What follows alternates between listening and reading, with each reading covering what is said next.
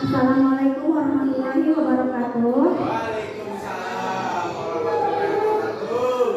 Terima kasih kepada Bapak Ibu Guru sudah menyempatkan waktunya untuk mengizinkan saya untuk mempresentasikan budaya positif yang insya Allah tujuannya untuk diterapkan di sekolah kita. Karena Bapak Kepala Sekolah dan Operator tidak hadir, tidak apa-apa karena ada kepentingan, karena sudah diwakilkan oleh Wakasek Ibu Ida Nurhaida dan Ibu Bapak Guru Senior yaitu Bapak Johani dan Ibu Suryama, rekan sejawat Pak Didin dan Pak Asim dan Pak Teddy. Terima kasih untuk semuanya. Baiklah, saya mulai budaya positif modul 1.4 oleh Maria Olesita. Next. Disiplin positif. Teori kontrol atau teori pilihan dari Dr. William Glasser, yaitu Anda bisa mengontrol orang lain, hanya Anda yang bisa mengontrol diri Anda. Makna disiplin: belajar kontrol diri dengan menggali potensi kita agar tercapai tujuan mulia, yaitu sesuatu menjadi seseorang yang kita inginkan berdasarkan nilai-nilai yang kita hargai. Perilaku memiliki tujuan, yaitu teori motivasi, di mana diantaranya yaitu untuk menghindari hukuman, untuk mendapatkan imbalan, untuk menghargai diri sendiri, dan nilai-nilai kebajikan universal, yaitu ada keyakinan kelak. Model berpikir menang-menang, kolaborasi dan konsensus menciptakan pilihan baru, yaitu 5 posisi kontrol: 1 pendukung, 2 pembuat rasa bersalah, 3 teman, 4 pemantau, dan 5 manajer. Selanjutnya ada segitiga restitusi, menstabilkan identitas, validasi kebutuhan, dan 3 menanyakan keyakinan. Realitas kebutuhan kita berbeda. Kita berusaha memahami pandangan orang lain tentang dunia. Setiap orang memiliki gambaran berbeda. 5 kebutuhan dasar manusia, yaitu penguasaan, kasih sayang, dan rasa diterima, kesenangan, dan kebebasan. Next. Budaya positif, yaitu disiplin positif dan nilai-nilai kebajikan universal, teori motivasi, hukuman penghargaan, restitusi, keyakinan kelak, kebutuhan dasar manusia, dan dunia berkualitas. Restitusi 5 posisi kontrol, restitusi segitiga restitusi, dan kesimpulan. Disiplin positif dan nilai-nilai kebajikan universal. Suatu lingkungan yang aman dan nyaman akan memberikan murid kesempatan dan kebebasan untuk berproses, belajar, membuat kesalahan, belajar lagi, sehingga mampu menerima dan menyerap suatu pembelajaran. Perlu diingat, selama seseorang merasakan tekanan-tekanan dari lingkungannya, maka proses pembelajaran akan sulit terjadi. Dan salah satu tanggung jawab kita sebagai pendidik adalah menghilangkan atau mencabut gangguan-gangguan yang menghalangi proses pengembangan potensi murid. Makna disiplin dalam budaya kita, makna kata disiplin dimaknai menjadi sesuatu yang dilakukan seseorang pada orang lain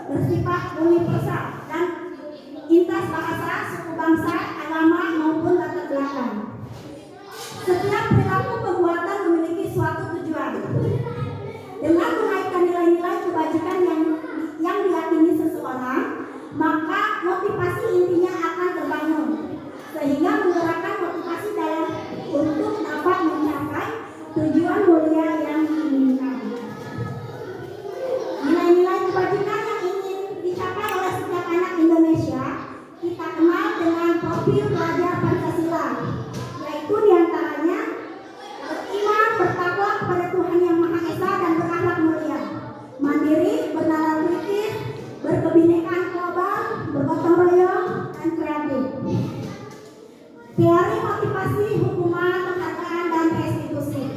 Yaitu teori motivasi hukuman, penghargaan, dan restitusi. Ini adalah teori motivasi perilaku manusia ya Bapak Ibu Guru untuk menghindari ketidaknyamanan apa yang akan terjadi apabila saya tidak melakukannya. Kedua, untuk mendapatkan imbalan dari orang lain, institusi apa yang akan saya dapatkan apabila saya melakukannya. Dan ketiga, untuk menghargai diri sendiri, saya akan menjadi orang yang seperti apa bila saya melakukannya. Next. Pendisiplinan dengan hukuman. Perbedaan hukuman dan konsekuensi. Hukuman bersifat tidak terencana atau tiba-tiba. Anak atau murid tidak tahu apa yang akan terjadi dan tidak dilibatkan. Hukuman yang diberikan berupa fisik maupun psikis. Konsekuensi sudah terencana atau sudah disepakati, sudah dibahas dan disetujui oleh murid dan guru. Pada konsekuensi, murid tetap dibuat tidak nyaman untuk jangka waktu pendek. Ayo sekarang Bapak Ibu, jika kita lihat di sini, kalau mencatat 100 kali di dalam buku kalimat, saya tidak akan terlambat lagi kan, karena terlambat ke sekolah. Itu hukuman atau konsekuensi? Pak Didin? Bagus, kalau untuk ini nanti kita lihat jawabannya ya, tapi kita tadi dikunci ya, kata Pak Didin itu konsekuensi. Iya, Ibu Suntiama, lari mengelilingi lapangan basket 2 kali karena terlambat hadir di sekolah. Itu hukuman apa konsekuensi? Saya aja Bu. Iya, apa? Hukuman. Hukuman, kita kunci lagi ya. Tadi kamu Pak Didin hukuman. Oke, Pak Asim, murid diminta untuk push up 15 kali. Tidak menggunakan masker ke sekolah, itu hukuman apa konsekuensi? Hukuman. Hukuman kita kunci. Oke. Ibu Ida, menggantikan kertas tugas teman yang dicoret-coret, itu hukuman atau konsekuensi? Oke, kita kunci. Bapak Yohani, membersihkan tumpahan air di meja tulis karena tersenggol pada saat pada. Hukuman apa konsekuensi? Hukuman. Hukuman kita kunci ya. Seluruh murid disuruh untuk mengenakan sepatu sehari di sekolah karena tidak mengenakan sepatu hitam. Pasif itu konsekuensi apa hukuman? Konsekuensi. Oke, kunci. Lari mengelilingi lapangan basket 2 kali karena terlambat 10 menit untuk pelajaran keji apa? Hukuman apa konsekuensi? Hukuman. Oke, kita tunggu ya. Next, ini jawabannya. Ini adalah jawaban dari yang kita bahas tadi. Mencatat 100 kali yaitu hukuman. Lari mengelilingi lapangan basket hukuman. Murid diminta push up 15 kali itu juga hukuman. Hukuman. Menggantikan kertas tugas yang telah dicoret-coret itu konsekuensi karena dia ada tanggung jawab untuk mengganti yang dicoret-coretnya. Membersihkan tumpahan air juga konsekuensi. Murid disuruh menggunakan sepatu seharian di sekolah karena tidak menggunakan sepatu hitam, hukuman. Lari mengelilingi lapangan basket 2 kali karena terlambat 10 menit, konsekuensi. Next. Pendisiplinan dengan penghargaan. Pengaruh jangka pendek dan panjang, penghargaan tidak efektif, penghargaan merusak hubungan, dan penghargaan merusak ketepatan, penghargaan merusak kualitas, penghargaan mematikan kreativitas, penghargaan penghukum. Restitusi adalah proses menciptakan kondisi bagi murid untuk memperbaiki kesalahan mereka sehingga mereka bisa kembali pada kelompok mereka dengan karakter yang lebih kuat. Restitusi juga merupakan proses kolaboratif yang mengajarkan murid untuk mencari solusi untuk masalah mereka dan membantu murid berpikir tentang orang seperti apa yang mereka ingin menjadi tujuan mulia dan bagaimana mereka harus memperlakukan orang lain. Mengapa tidak peraturan saja?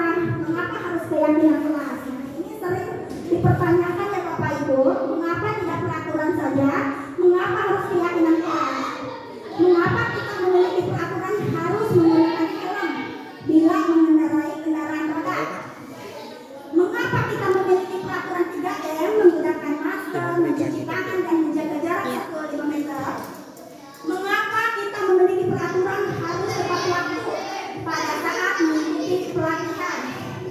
Untuk mendukung motivasi intrinsik, kembali ke nilai-nilai yaitu keyakinan-keyakinan yang menggerakkan seseorang dibandingkan mengikuti serangkaian peraturan-peraturan. Ini adalah peraturan, dan yang samping kanan adalah keyakinan kelas.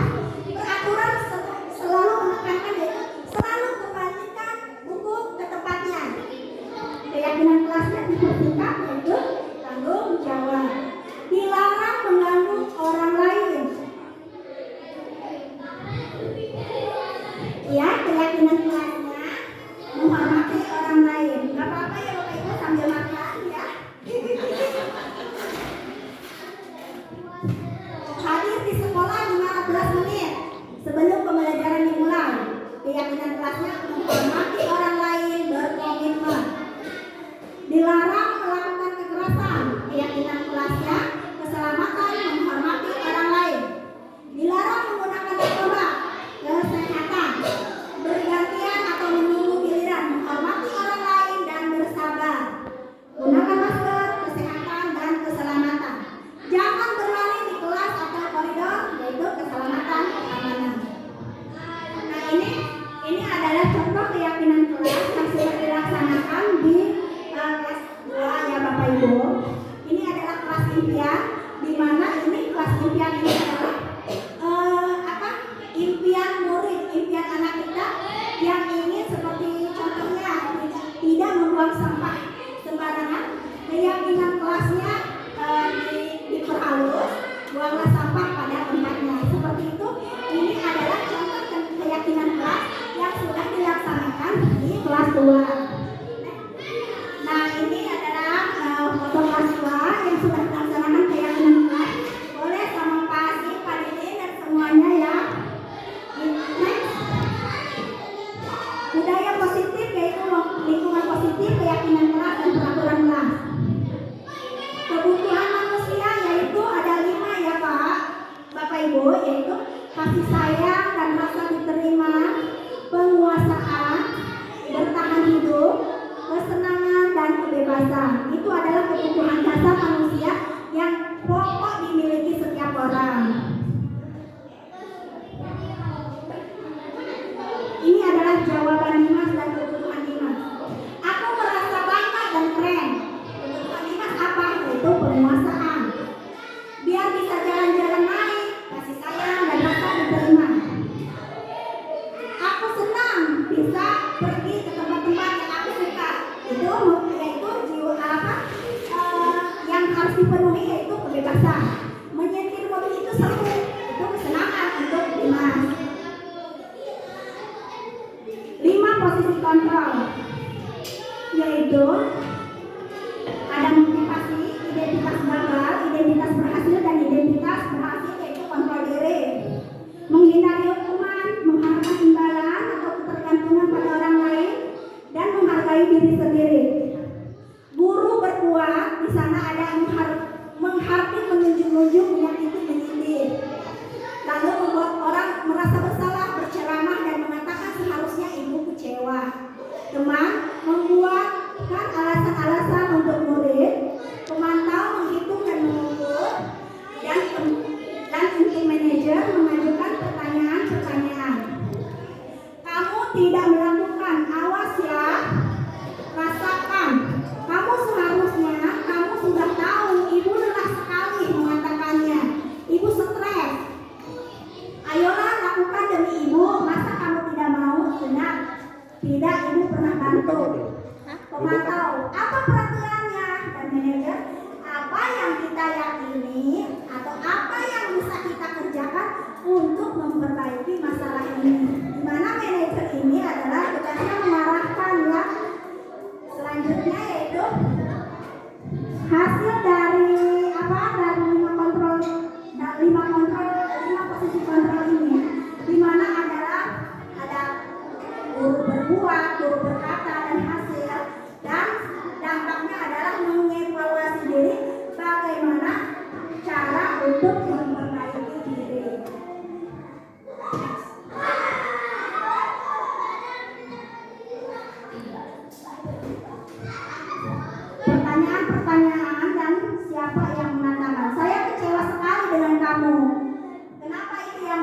perbuatan seperti itu yaitu membuat orang merasa bersalah karena kita sudah berkata kepada orang tersebut, saya kecewa sekali dengan kamu. Kamu tidak pernah benar melakukannya. Kata-kata itu adalah sebagai penghukum. Tapi kalau kita sebagai teman, ayolah lakukan demi ibu bapak. Kalau kita sebagai pemantau, apa kamu akan mendapatkan 3 bintang hari ini? Kalau kita sebagai manajer, bagaimana kamu bisa menyelesaikan masalah ini? Kalau penghukum, kamu selalu yang paling terakhir. Nah itu adalah kalau kita posisi kita di siapa yang mengatakan di sini. Oke, next.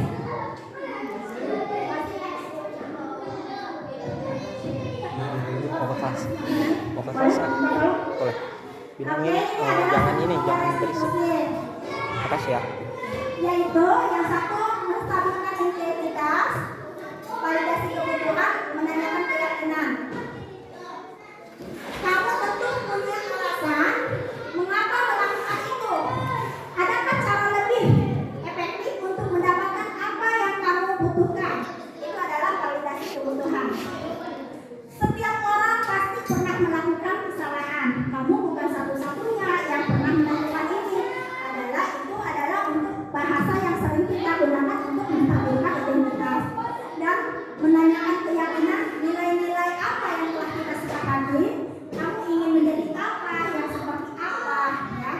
Itu adalah menanyakan keyakinan.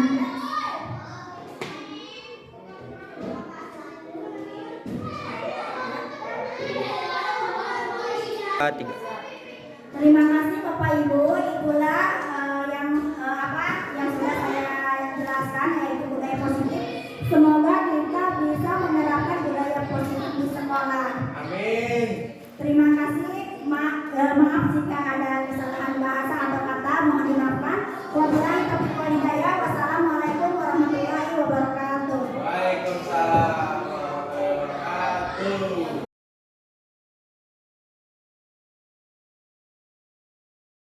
Assalamualaikum warahmatullahi wabarakatuh. Selamat pagi anak-anak. Kelas 2 bagaimana kabarnya? Baik. Siapkah kalian ikut belajar? Siap. Mari kita belajar dengan sesama. Kelas 2 semua hebat. Hebat. Ibu guru bagaimana kabarnya? Baik. Siapkah adik-adik kami semua? Siap. Kami siap belajar dengan sesama. Kami fokus, kami bisa, dan kami paham. Minta tepuk tangan untuk kelas 2. Baiklah, di sini coba lihat di sini. Ada apa ini, tulisannya apa? Kelas impian. Kelas impian. Dan yang satu lagi apa? Kelas. Baik, di sini kita akan membuat kesepakatan agar terciptanya keyakinan kan? Yang pertama kita buat dulu kelas impian. Ya, ada yang mau bertanya tidak? Ada yang paham tidak kelas impian itu yang seperti apa? Apa? Pintar, tepuk tangan untuk Akila. Nah, itu contohnya yang Akila impikan itu kelas yang bagaimana tadi? Tidak boleh buang sampah sembarangan. Terus ada lagi nggak coba tadi? Tidak boleh berantem. Pintar, tidak boleh berantem. Itu adalah kelas impian. Paham? Ibu akan membagikan ya stiker satu-satu.